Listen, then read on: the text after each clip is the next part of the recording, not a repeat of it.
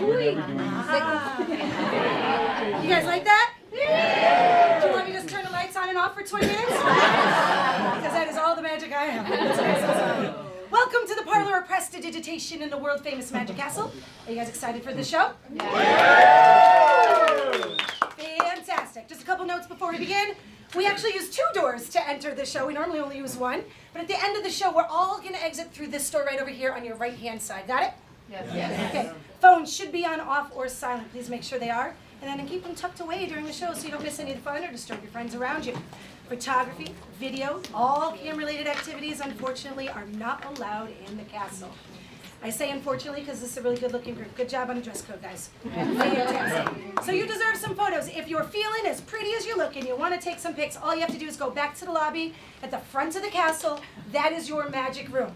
You button people, you never got to see that room. You should go there and take pictures and say the magic words to go through the bookcase. You didn't get to do that. It was really fun. Okay? So make sure you do that. So pictures only in the front of the castle. If you try to take pictures anywhere else in the castle, well, this castle is magic. We're going to know, and then we're going to make you disappear. All right, the performer coming out right now comes to us all the way from Italy, from a town that I cannot remember the name of, but I know it's near Milano. Begins with a V. He is a full-time magician. He is a FISM winner for close-up magic, and if you are unfamiliar with FISM, that is the Olympics of magic. Big, big deal. He's often performed for the Italian national television. He first performed here at the Magic Castle in 1989, and then he came back to us in 2018. Haven't seen him since. So we are excited that he's back. Please give him a huge round of applause. This is Aurelio Paviato.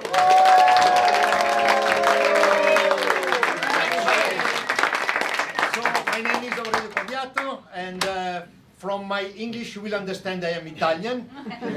But I'm very pleased to be your host tonight here in the Parlour of Prestidigitation of the Magic Castle. So in the past month, while I was preparing this show, I paused thinking that most of the things that audiences know about magic and magicians are here saying of a few cliches, some of which are true. Magicians are very clever in sleight of hand. Other are false. Magicians swindles you, but of course magic is an art which is not meant to hoodwink people. And then there is a statement I actually need to check with you before going any further.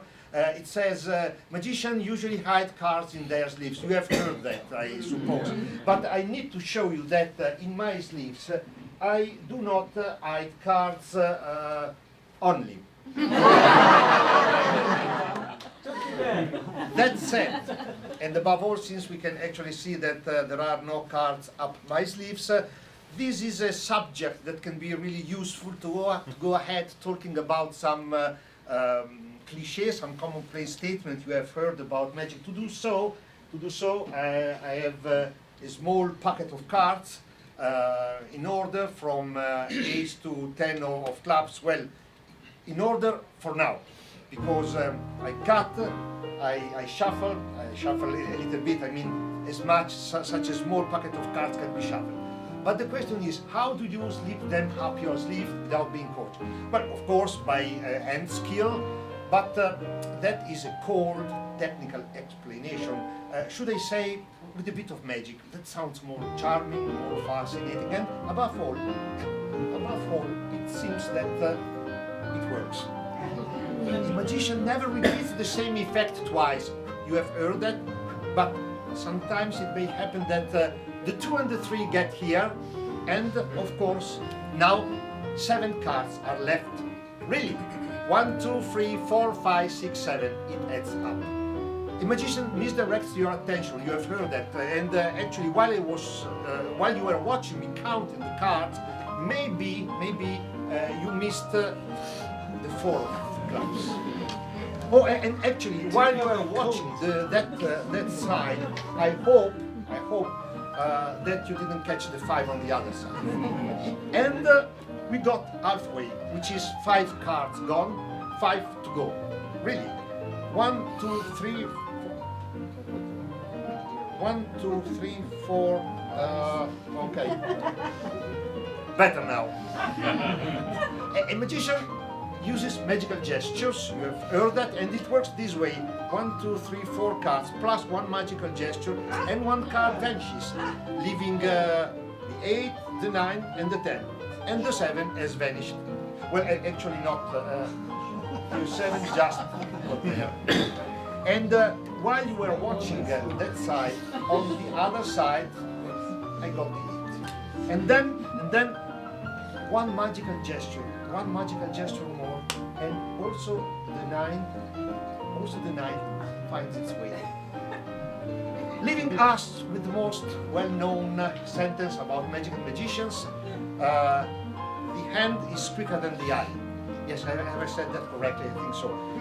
The hand is quicker than the eye, and actually, it seems.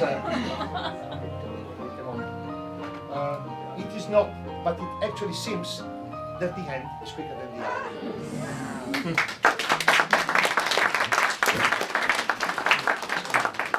But you know, it's not just a matter, or only a matter of proficiency in sleight of hands, of hand skill. It's also about how magicians' hands are made. Let's take the left hand, which you always can recognize because it is the one with the thumb on its right. Now, the magicians, we have two left hands. Not only that, we have 1, 2, 3, 4, 5, 6, 7, 8, 9, 10, 11 fingers. So, for this reason, yes, many things can be explained by hand skill, but there are some for which suddenly such an explanation seems to no longer be enough. Such as when you are told, can you shuffle some cards, please? Would you mind to shuffle some cards for me? Thank you. And maybe you too? Yes. And would you mind shuffling some cards? Yes, thank you very much. Now, I am doing this because I want to make it memorable that the deck has been shuffled in such an unusual way, but it will be easily remembered that it is well shuffled. 1, 2, I have this one, and one more, yes, just back in the middle. Can I ask you to help me? You don't mind? Oh, sure. Thank you. Can you join me on the stage? Your name? Maurice. Aurelio, nice to meet you. We have you here, Maurice. Thank you.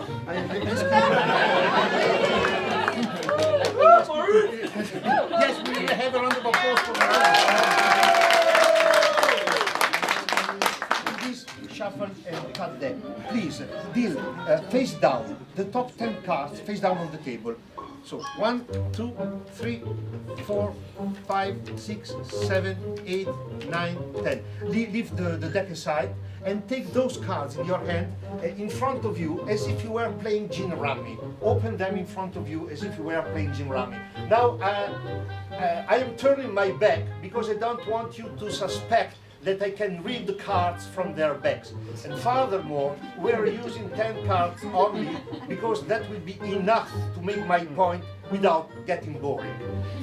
And the point is that I said to you before, many things can be explained by hand skill, but suddenly such an explanation seems to be no longer enough. Such as when you say, Maurice, look at your cards. I have the feeling that you can see a 3 of clubs with your card. You have a 3 of clubs? Show it, leave it on the table. Now, look and think the highest card in your hand, which is a spade. It is an ace of spades. Ace of spades, correct? Yes? Show it. Show it a little bit. Now, look, let's go ahead with the spades. There is a card with a spot in the middle. It looks like a 5 of spades. No, it's not a 5 of spades. More spots. It is a 9 of spades. You have a 9 of spades, correct? Show it a little bit. Now, wait a moment. Think the lowest black card in your hand. Lowest black. Which is a 2 of spades, correct? Yes? Yes. Show it, leave it on the table. Now, I said think the lowest black card, because if I said think the lowest black card only, you might have thought the 2 of hearts, because you have the 2 of hearts in your hand. Is that correct? Oh, yeah. Yes. Show it, leave it aside. Oh, there is that central spot, the 5, which I miscalled 5 of spades before, but it is a 5 of hearts. Yes? Show it, leave it on the table. I was a bit confused because I know you are looking at another heart. It is a 4 of hearts. All right? Show it and leave the 4 of hearts at the beginning. We lost, Maurice. Yes, everything fine. Okay, I can't turn. Now, Maurice, you are left with 2 cards, correct? No, I mean 2 diamond cards. Now, Maurice, think of one and forget the other. You are thinking the 7 of diamonds? He was. Yes or no? No. No. So you are the 7 of diamonds is the one you forgot. Right. If you forgot it, how can you remember?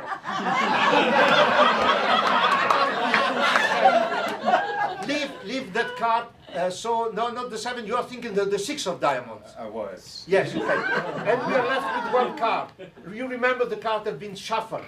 That memorable way. And well, I've always had the problem with this trick. I always had the problem with the 4 of clubs, but not tonight.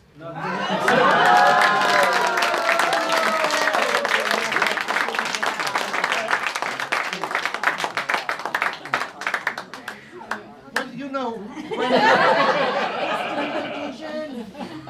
know, ladies and gentlemen, when I perform these, I'm often asked, but do you really read minds? Well, my answer is, ladies and gentlemen, be careful. Do not forget, I am the one with 2 left hands. I am the one with 1, 2, 3, 4, 5, 6, 7, 8, 9, 10, 11 fingers. And furthermore, there are so many things in lives that becomes real to us, the way we imagine them. And sometimes, often, they are not even true. So, philosophy aside, there is a question I'm often asked, and I would like to suggest, maybe it can be of interest for you too. Sometimes I'm asked, how long does it take to prepare a magic trick, a magic effect, the way it can then actually be performed for an audience? Well, this is a difficult question to answer, because this is something you do with passion. And you know, when you do something with passion, you lose track of time. Every magician has in his drawers some magic tricks that have been there for years, unresolved, unfinished. From time to time you take them up again, and then you have to think, to imagine how you would like to perform it, and then you should make imagination match reality. Now, Gabriel Garcia Marquez, Nobel Prize in Literature, said that when imagination matches reality, in human beings it occurs a phenomenon called happiness. But poetry aside, I've been thinking to this for a while. The idea is not bad. The idea is that the first of these coins should go across. People like this, they usually tell you, do that again, because if I miss this one, I can catch one of the other 2, yes. But the point is, can I do that again? Yes, I can. Actually, these 2, they have never been the problem. This is the problem. It has to get there. It's no longer a surprise, but I can't just put it there that way. So I have first to step backwards, and then the point is, you should imagine how you would like to do it. If it were, if it were this way.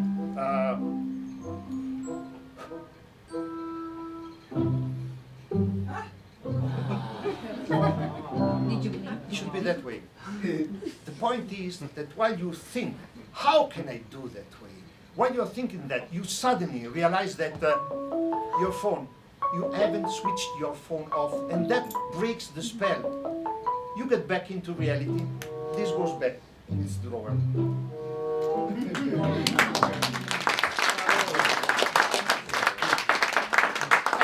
Another question, but this time is a question that magicians should ask themselves, and it is how to perform magic today for a modern public.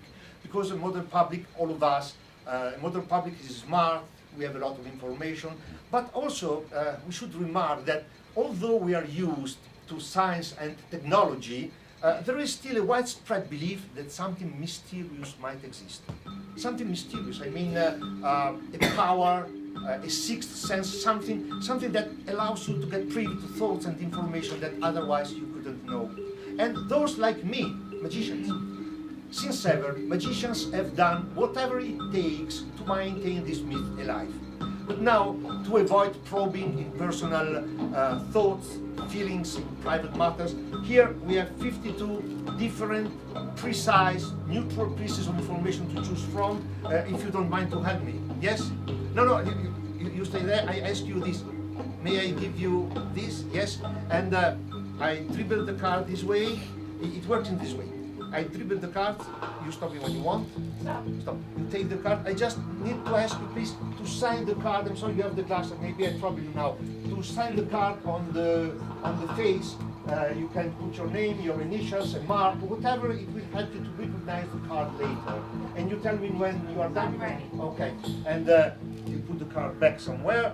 Two things important. First, do not forget the card or I won't have a finale. You have already forgot it. No, come on. No, don't worry, it's fine. And the second important thing, my marker, I'm not a rich magician.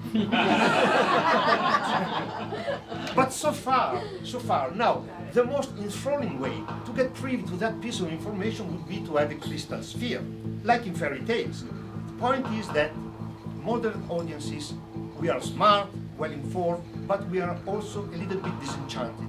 Nobody nowadays believes in fairy tales anymore, nor in crystal spheres.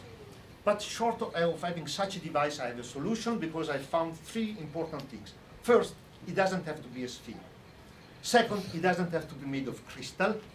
And third, and most importantly, I have found who nowadays supplies such a device. And you should also know that this non-crystal ball is not meant to read thought. It is meant to materialize it.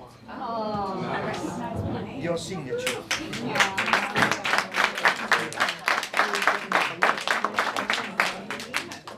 Well, in my craft, there is an old saying that goes like this. To know how a trick is done, that's nothing. Being able to perform it, that's something. But being able to present it, that's everything. Yes, presentation, but the point now is, where does inspiration for that come from? Actually, 1,000 venues. I had an idea, I'm going to propose you, watching some politicians in an electoral forum. No pun intended. I mean that I suddenly realized that also magicians have a point in common with the game of politics, which is there are moments in which you have to know how to be convincing. Very, very convincing. So, I run my fingers in this way. You stop me when you want. And please, remember that card, yeah, as if it were a political promise. You also stop me when you want, sir. And you remember that card, as I said before. And, madam, would you mind to stop me when you want? Stop. And you remember that card, as I said before.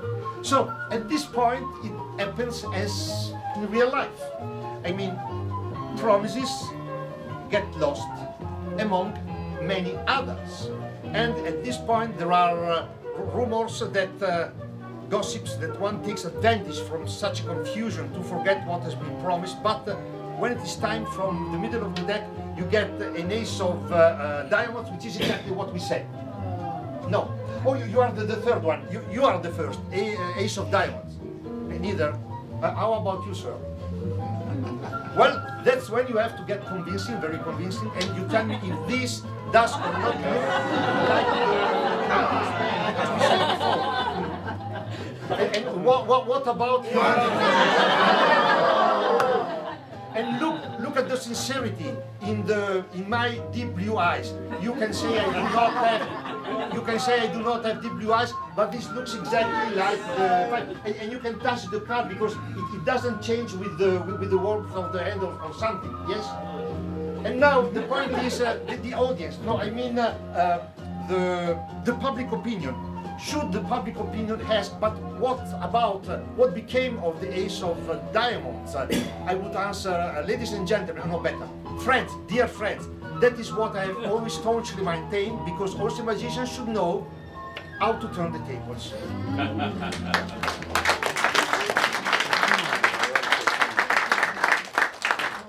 So far, so well, but there is now to conclude, to finish there is one last thought about magic I would like to share with you, because performing magic is a game, is playing a game.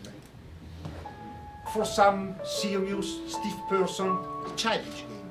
Something not suitable to a man of my age. As if they were telling you, you see, you can be young only once, but remain immature all your life. Doesn't matter. I go ahead playing this game my way anyway. And many years ago, watching my son, then a toddler, playing with marbles, I began playing with these things again, playing my way, imagining it were possible to instantly travel through space. Of course, those serious, stiff person would tell you that is not true. Those things, they do not actually travel through space. You just talk, divert our attention, you throw them from hand to hand. Gotcha. Yes, you got me, because to start to play again, you should also start to watch things with fresh eyes. And it is interesting that when you part them, if you part them, they get back together. So, the first, the second, yes, clear. The first, the second, the third in my pocket. And always they get back together. The first, the second, the third, the third in my pocket. And you could go ahead playing this way until you grow old.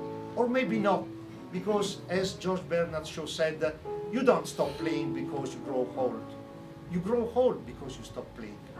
When you stop playing.